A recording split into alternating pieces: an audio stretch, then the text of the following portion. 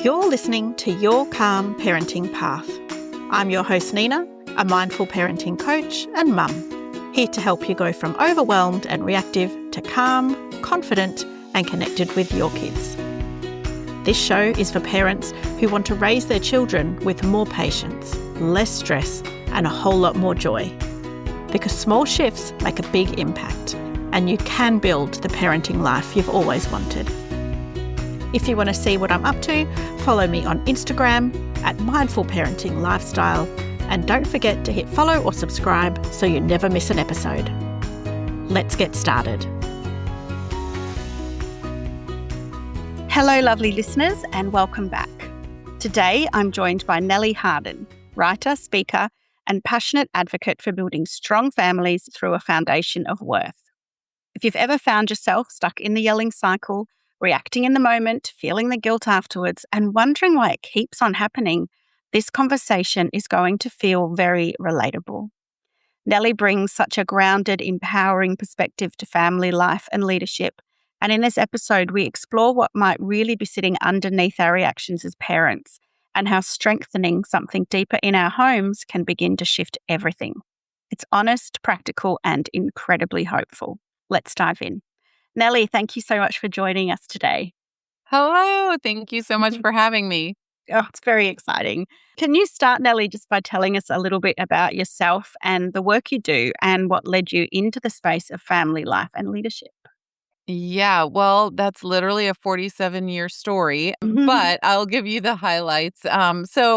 Essentially, my dad passed away when I was super young, so grew up with my mom, and mom got remarried, and so I had this constantly moving, childhood that was always kind of on the move, and I wouldn't say tumultuous by any means, but it was just always something new was happening. And then my brother and sister came along, and so we had just a lot of moving parts. And when that was happening and it was in survival mode for a while for my mom, and we were trying to figure things out, by the time I was 17 and I graduated high school early and went off to school, I really didn't have some of those foundational parts and knowing of myself and trust of myself to build those foundations of worth, esteem, and confidence. And so when I went off to school 7 hours away from home, I really was just grabbing and searching and seeking and chasing worth anywhere I could find it,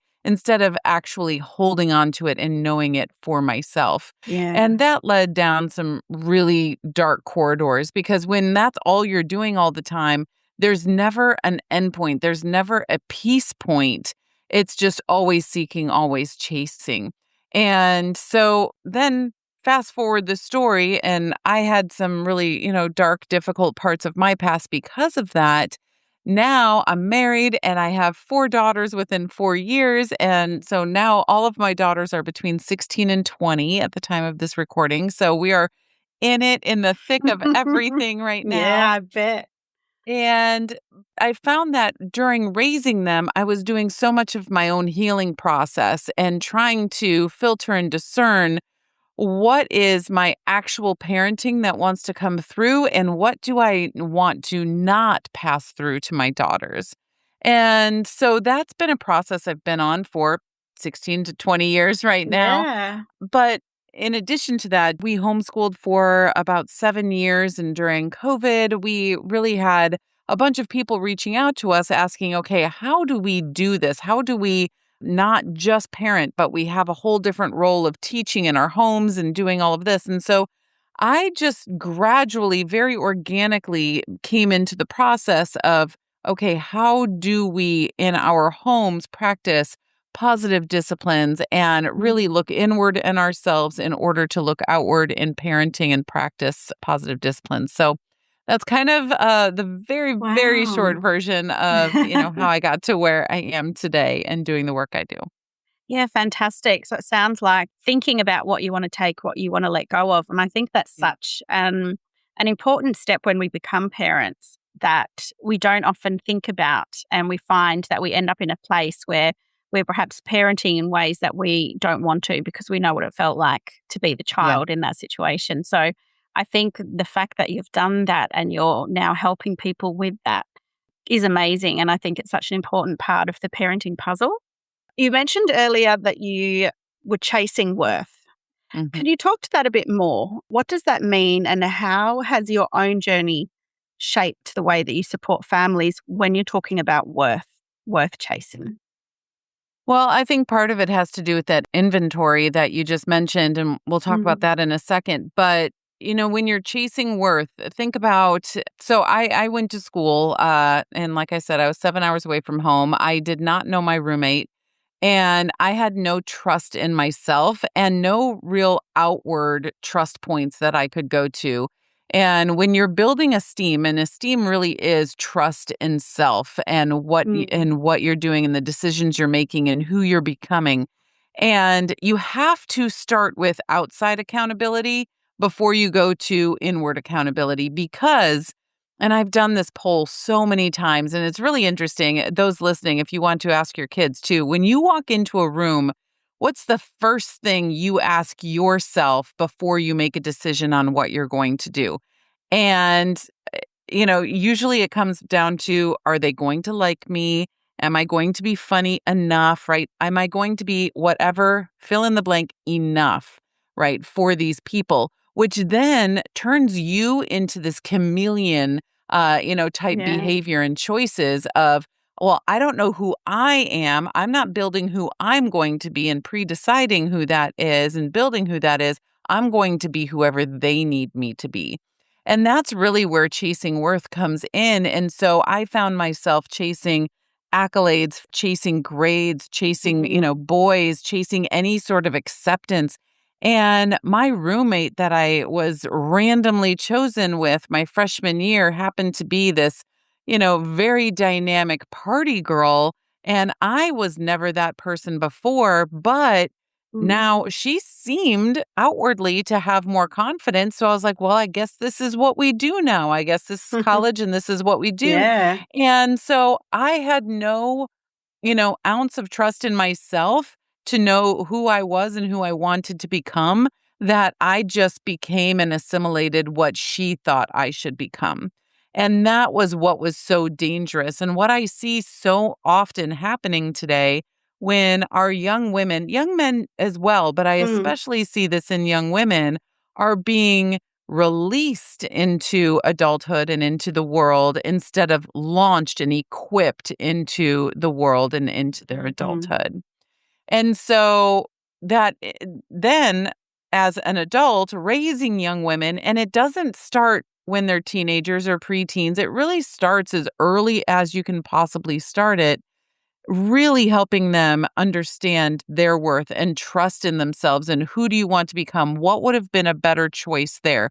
Instead of dictating to them all the time what would have been a better choice, guiding them toward their decision and what would have been a better choice is really the way to go. But you have to do that inventory of yourself to understand, what do I want to bring into parenting and what do I want to let go of? And you really have to do the self work to drop that baggage. And it is not easy when you've been carrying it around for so, so long.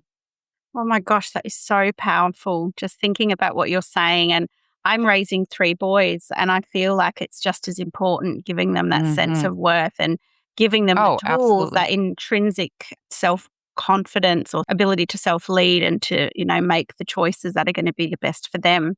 That's amazing. I love it.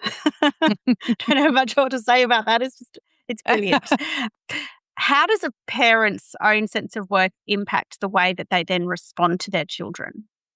Everything. It means Mm, everything because it depends on if you are reacting as an insecure, untethered child, really, because mm, you haven't grown into the adult that can truly ground themselves in their own worth, or if you are responding to help them, right? So, are you mm, responding in your own insecurity to measure up, to be whatever enough, or are you responding in a way that is building them into who they need to be? And this isn't a once and done decision. This is an every challenge, everyday mm. decision that you need to make. So, they come home and maybe they're late, or maybe they didn't do their homework, or maybe I ran into a situation just hours ago where one of my daughters was having some challenge in a class, and her teacher said, "Well, if you have some challenge, just let me know and I can help you." And I told her, "Well, it would be a really good idea. She's offering to help you, so this would be a good idea." And she got all up in her feelings of, pride there. She's like, "I have never needed a tutor before. I will never need a tutor." And I was like, Yeah. "Honey, you will need a tutor so many times in your life, and you best start practicing it now," right? Yeah. Instead of falling into that pride with her, like, "Yeah, you don't need that. You're good enough, right? You're smart." Mm. Instead of that, helping her understand that we all have weaknesses, and maybe and it's a class that doesn't, even matter, but it's not something that's Mm. interesting to her. Therefore, she doesn't, Not understand it as yeah. well, process it as well.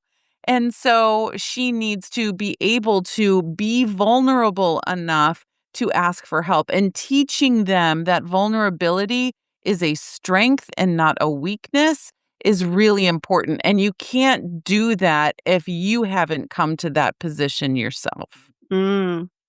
Yeah, as you're talking, I'm thinking about when the child is having the tantrum in the supermarket or in the shops, because they want Mhm. that toy, and how easy it is. We either go into 2 or maybe 3 camps, but we yell at the child to get them to stop having a tantrum, or we give them what they want, or Right, we let them have the tantrum and we provide a safe space and let them have the tantrum.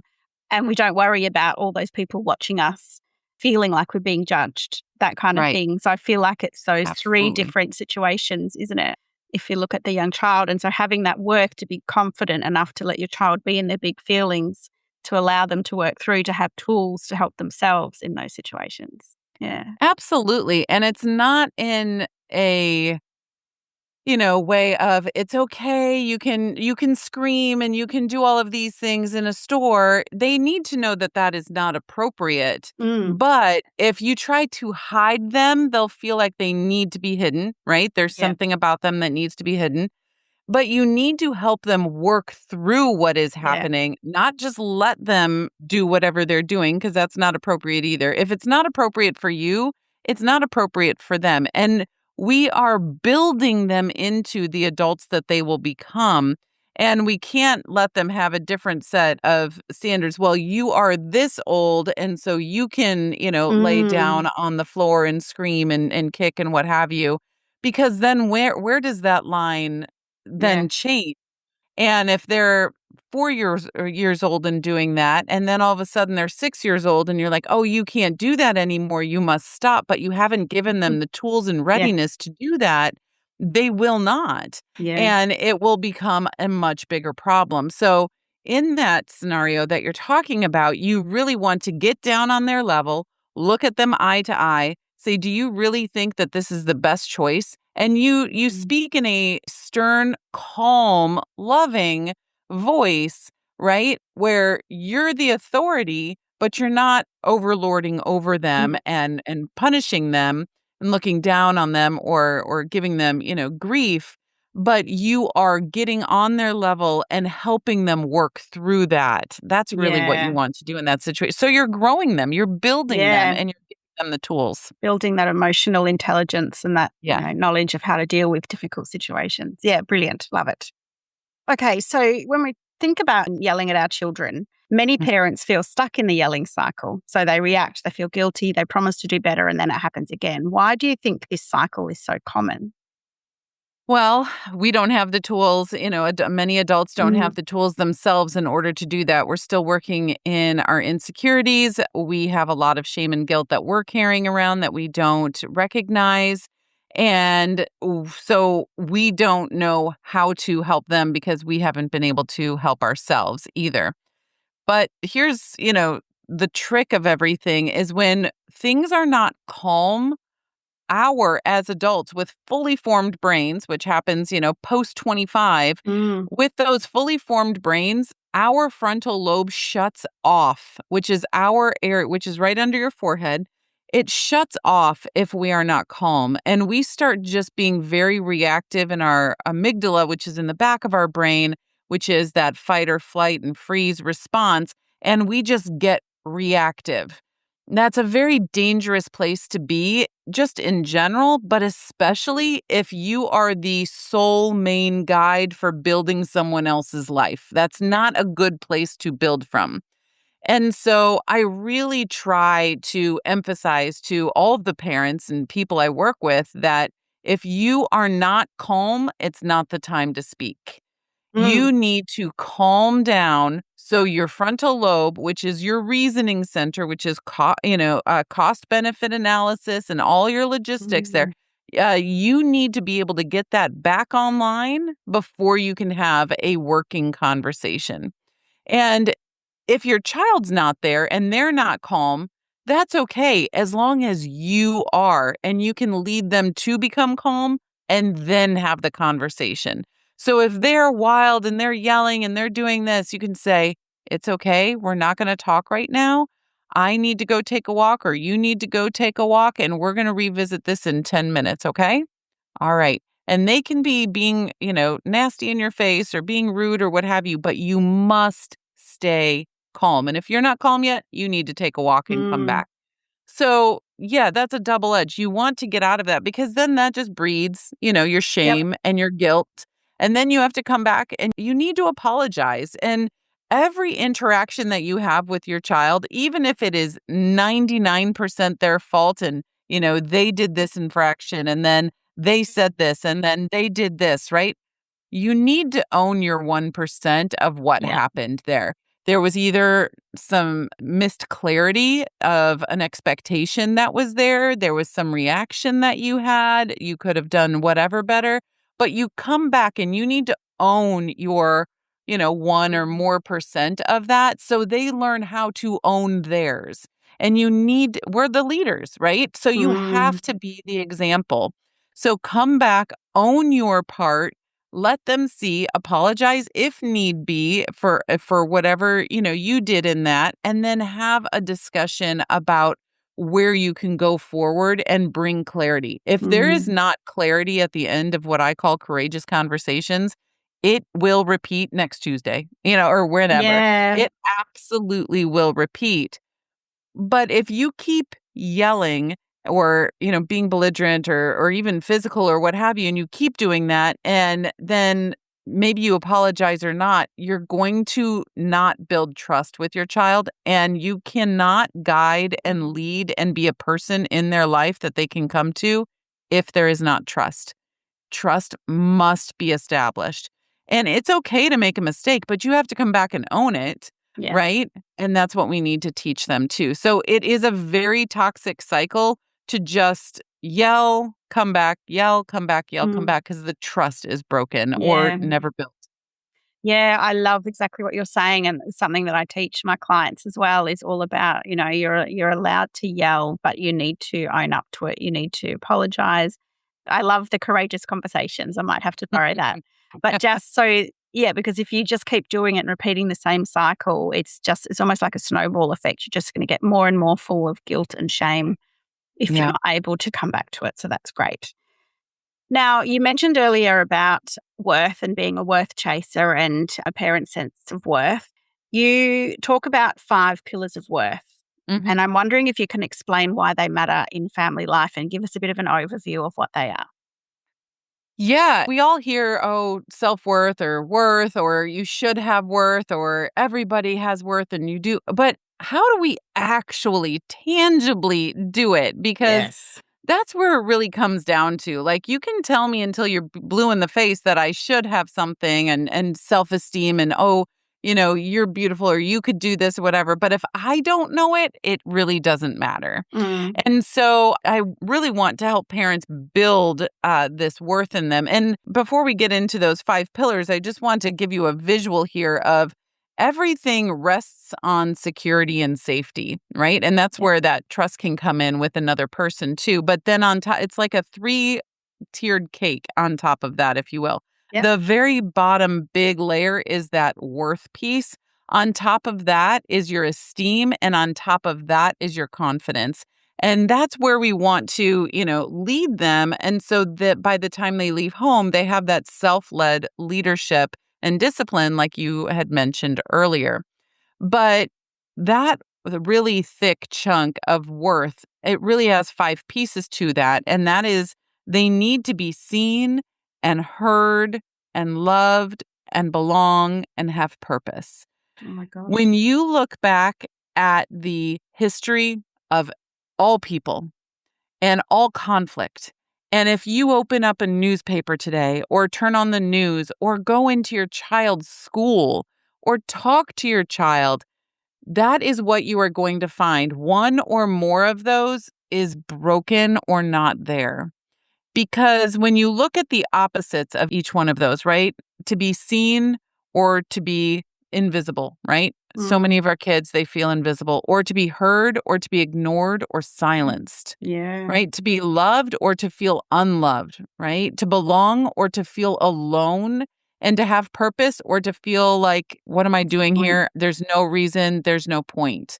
Exactly. And so when I really took a look, and I have put this to the test, I can't tell you how many times, of all the kids that I work with, my own children, the world news, our local news, one or more of those things is missing, and it's never more than those things. I have never ran into anything that what one of those at least wasn't the answer. And that gives you then the tool to say, okay, we need to go in and help her feel belonging.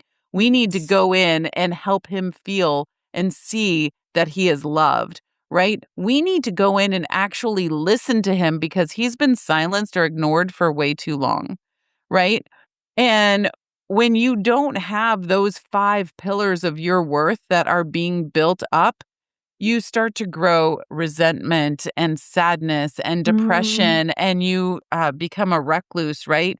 And so those 5 things are really important. And they could be some of the easiest, most simple solutions, like being seen is putting down the device and looking them in the eye when they walk into a Yeah. room, right? Yes. Say their name. A different part of their brain will light up. And there's been great studies on this, but a different part of their brain lights up when their name is said. Wow. And so just truly ask them about what is going on, and don't take fine as an answer. I call that one of the bad F words of the you don't want to take that. And so when my child comes home, or I pick her up or what have you, and I say, "Hey, Lana is one of their names. Hey, Lana, how was your day today?" And they know better by now, so they wouldn't say this, but, fine. And I'm like, oh, well, what was fine about it? So just ask deeper questions and Great. dissect some things.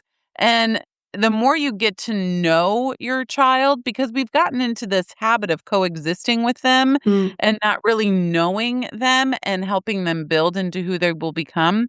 But the more you know, the more questions you can ask. Oh, how Yeah. was that test in government today? Or how was that lunchtime conversation that you were going to have today? Or, just getting to know them in their world. And so that's really important. But yeah, making sure that you can ask those questions when they come in, and helping them know that they are seen, heard, loved, belong, and have purpose. Chores are a great, way to help them have ownership of something at the home, and know, I rely on you. We rely on you to do your part in our Yeah. home so that you have ownership over that, right? That is yours to do.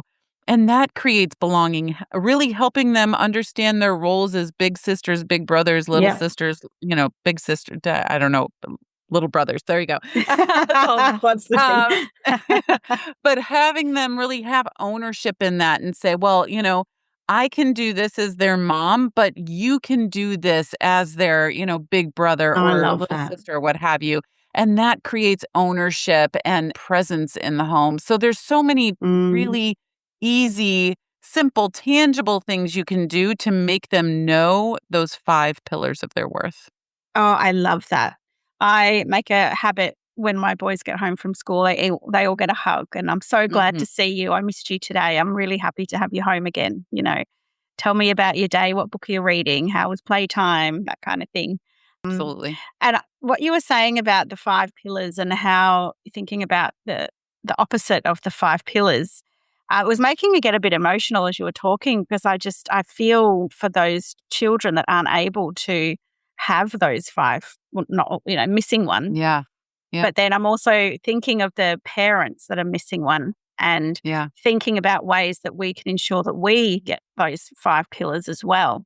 Do you have any examples of how a busy parent could make sure that they are having their five pillars full or present in their life?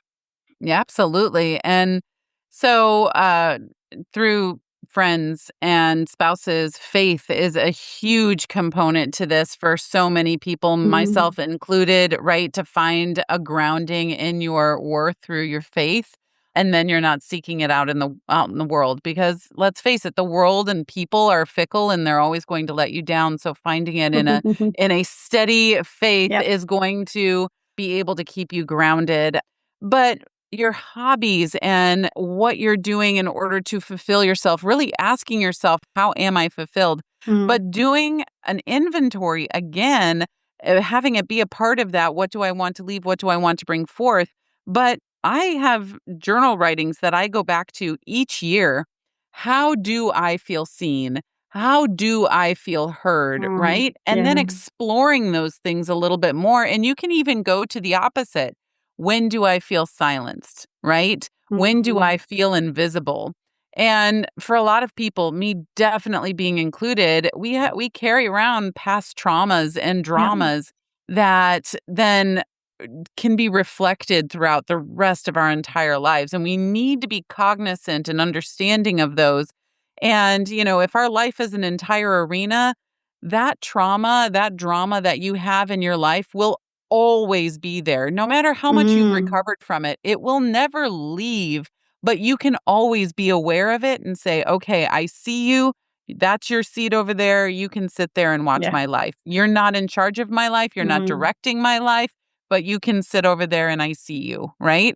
Yeah. And so you're keeping an eye on those things. But yeah, I would say faith is one of the cornerstones that you want to do in order to explore, in order Mm. to fill those.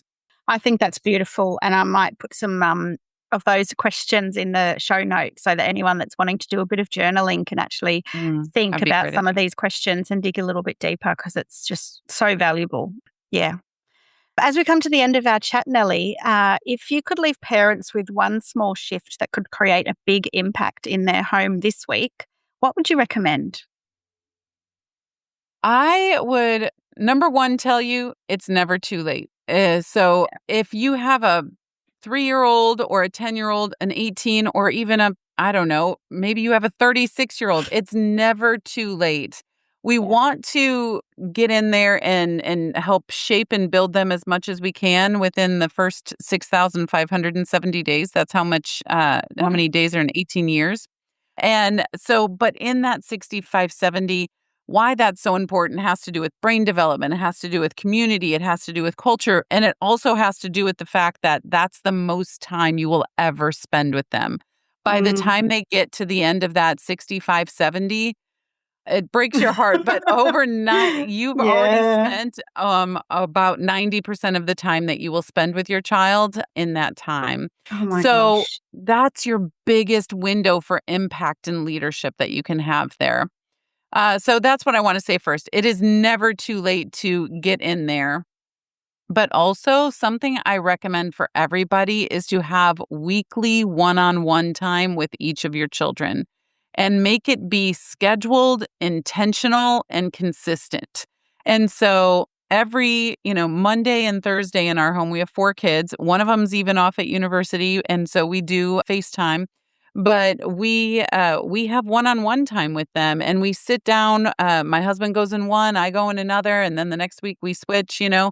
But my kids know that every week they will have time with mom or dad. Yeah, I love And that. we will sit there, we will ask questions, we will get to know them and it's not just about them, it's about our relationship. So you talk about yourself too, what you're going through, what Mm. questions you have. Have them speak into your life and you speak into theirs. And that's what builds this trust and relationship between the two of you that you can't get any other way Yeah. around a dinner table or kitchen. And those are important too, very, very important. But the one-on-one time is where things are really Mm, going to grow. So that's excellent. what I Great would. tip. I was going to ask how you manage it with 4. I struggle with 3. I was wondering how you do it with 4. But I think, if the desire and the want and the need to do it is Yeah. there, you'll make it happen. So I think that's And the kids really start to look forward to it too. And every time is different. Sometimes you have to have serious conversations and those courageous conversations we talked about. mm, Sometimes you're just sitting there having fun. And sometimes you're asking, what hobbies, let's do it together. It's just different every time, yeah, but consistency is key. great. Love it. Thanks, Nellie. Yeah. For listeners who resonate with everything that you've said today and want to learn more about your work, where can they find you? You can find everything on my website, nellieharden.com. Life is complicated, so I like to keep it easy. You can find everything there, including our social channels on Instagram and Pinterest and things like that. So you can go to the website, but really get connected with our weekly emails. That's the best way to get just feed coming into your home every week and insight. And again, that relationship that I'd love to build with you.